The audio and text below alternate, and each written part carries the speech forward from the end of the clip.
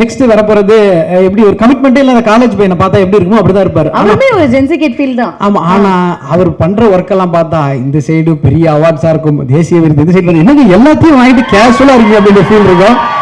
சரி, சும்மா ஸ்டேஜ்ல தான் அப்படி இருக்காருன்னு பார்த்தா நீங்க ஷூட்டிங் போனீங்கனாலும் ஒர்க்னா ஒர்க் முடிச்சுட்டு வருவாரு, பேசிட்டே இருப்பாரு, திரும்பி ஃபோன் எடுத்துட்டு போய் இப்படியே வாசிட்டே இருப்பாரு. அதுலயும் வாசிக்காம நமக்கு அப்பதான் வியப்பா இருக்கும். ஸோ மியூசிக்கா இருந்தாலும் சரி, நடிப்பா இருந்தாலும் சரி, ப்ரொடக்ஷனா இருந்தாலும் சரி, எல்லாத்தையும் ஒருங்கிணைந்து பண்ணி நம்பிக்கையை விட நண்பனின் கை பெருசுன்ற மாதிரி இவர் கூட இருக்க அத்தனை பேரும் சொல்லியிருக்காங்க, இவர் தான் எனக்கு சொன்னாரு, இவர் என்ன சப்போர்ட் பண்ணிருக்க அப்படின்னு சொல்லுவாங்க. ஸோ எல்லாருக்கும் பிடித்த உங்களோட ஃப்ரெண்டி டார்லிங் ப்ரோ ஜிவி பிரகாஷ் அவர்களை கைத்தட்டல் கட்டலாம் பேச அழைக்கிறோம். அனைவருக்கும் வணக்கம். Media, friends, fans, all the celebrities here. ரொம்ப ரொம்ப சந்தோஷம். எங்கள் டேரக்டர் அங்கே இருக்கார், ஸ்டேஜ் ஏற மாட்டேன்னு ரொம்ப அடம் பிடிக்கிறாரு Selva sir. Vijayalakshmi ma'am, Kasthuraja sir வணக்கம். தனுஷ் சாரால் இன்றைக்கி வர முடியல, இன்றைக்கி ஷூட்டிங்கில் இருக்காங்க. இது வந்து ஒரு எப்படி சொல்கிறது, ஒரு யங்கான ஃபிலிமு, யங்கான ஒரு ஆடியோ. இவ்வளோ நாளாக வந்து என்ன சொல்கிறது, பெரிய பெரிய பீரியட் ஃபிலிம்ஸு, வார் ஃபிலிம்ஸு இப்படிலாம் மியூசிக் பண்ணிவிட்டு ஒரு யங்காக ஒன்று பண்ணுவோம், எல்லாத்தையும் தூக்கி வச்சுட்டு ஒரு செம்மையாக ஒரு டிஃப்ரெண்ட்டாக ஒன்று பண்ணுவோம் அப்படின்னு தனுஷ் சார் சொன்னாங்க. ஸோ அப்படி ஆரம்பிச்சது தான் இந்த ஆல்பம். ஸோ எனக்கு ரொம்ப ரொம்ப ஸ்பெஷலான ஒரு ஆல்பம், எனக்கு ரொம்ப பிடிச்ச ஆல்பம். நான் ரீசெண்டாக பண்ணதுலே எனக்கு பர்சனல் ஃபேவரட்டான ஆல்பம் நிலவுக்கு என்னடி என்மேல் கோபம். அதோடைய ஆட்டிடியூடு, ப்ரோக்ராமிங், ஸ்டைலு, மிக்சிங்கு எல்லாமே ரொம்ப ஒரு டிஃப்ரெண்ட்டாக யங்காக ஒரு பெர்ஸ்பெக்டிவ் மாற்றி பண்ணேன். அண்ட் பயங்கரமாக ஒர்க் ஆச்சு. எப்பவுமே ஃபர்ஸ்ட் டைம் வந்து ரொம்ப ரொம்ப ஸ்பெஷல். அதாவது முக்கியமாக சில காம்பினேஷன்ஸ் இருக்கும், எனக்கும் தனுஷ் சார் இருக்கும். முதல்ல நானும் அவரும் சேர்ந்த படம் வந்து பொல்லாதவன். ஸோ அது வந்து ரெண்டு பேருக்குமே லைஃப்பில் மாற்றி விட்டுருச்சு. அப்புறம் மயக்கம் எனக்கப்புறம் ஒரு பெரிய கேப் இருந்துச்சு, 10 வருஷம் நாங்கள் வேலையே செய்யலை.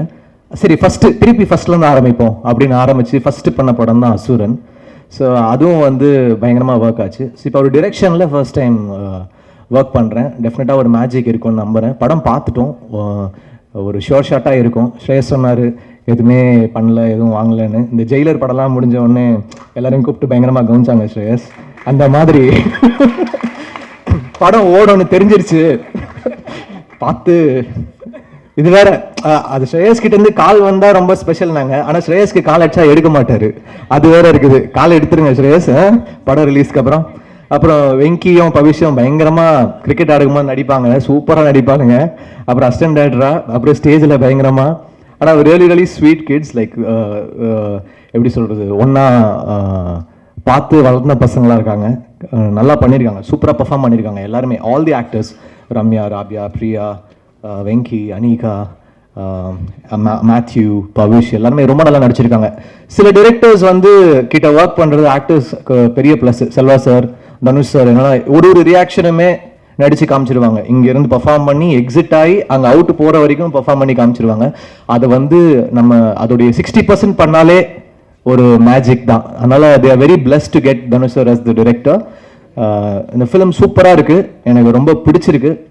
இதுக்கு மேலே நீங்கள் பார்த்துட்டு சொல்லுங்கள். பேக்ரவுண்டும் இன்ட்ரெஸ்டிங்காக இருக்கும், ட்ரெய்லரும் பெருசாக ரிசீவ் பண்ணியிருக்காங்க. இது ஒரு ஹிட் ஃபிலிம்னு நான் நம்புகிறேன்.